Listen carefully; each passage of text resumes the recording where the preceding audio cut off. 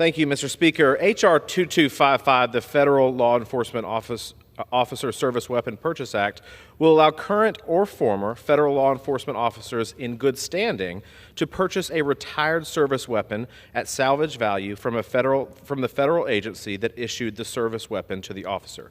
Under the bill, the Administrator of the General Services would be required to establish a program to provide these purchases. To be eligible to participate in the program, the officer must be in good standing with the agency, and any firearm sold through the program must be sold within 6 months of the date when the firearm was retired.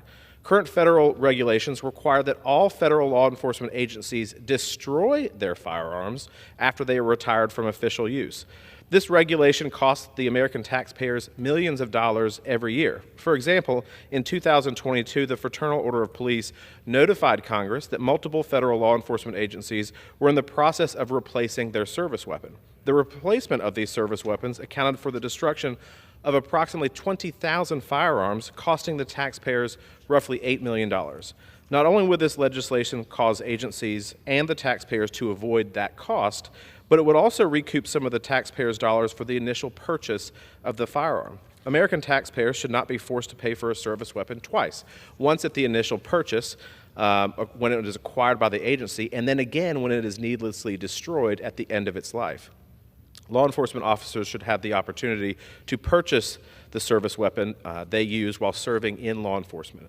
By allowing officers to purchase their retired service weapons, this provides a starting point to keeping them safe so that they may protect their communities as well as themselves and their families. This legislation is supported by 10 law enforcement organizations: the Association of State Criminal Investigative Agencies, Federal Law Enforcement Officers Association, the National Fraternal Order of Police, Major Cities Chiefs Association, the Major County Sheriffs Association, the National Association of Police Organizations, the National Narcotics Officers Association Coalition, the National Sheriffs Association, the Sergeants Benevolent Association, NYPD, and the National Treasury Employees Union. I hope my colleagues across the aisle recognize this bill not as a partisan measure, but much like last year was in fact bipartisan when it was voted on in the House. It is a common sense cost savings initiative that supports law enforcement and the American taxpayers.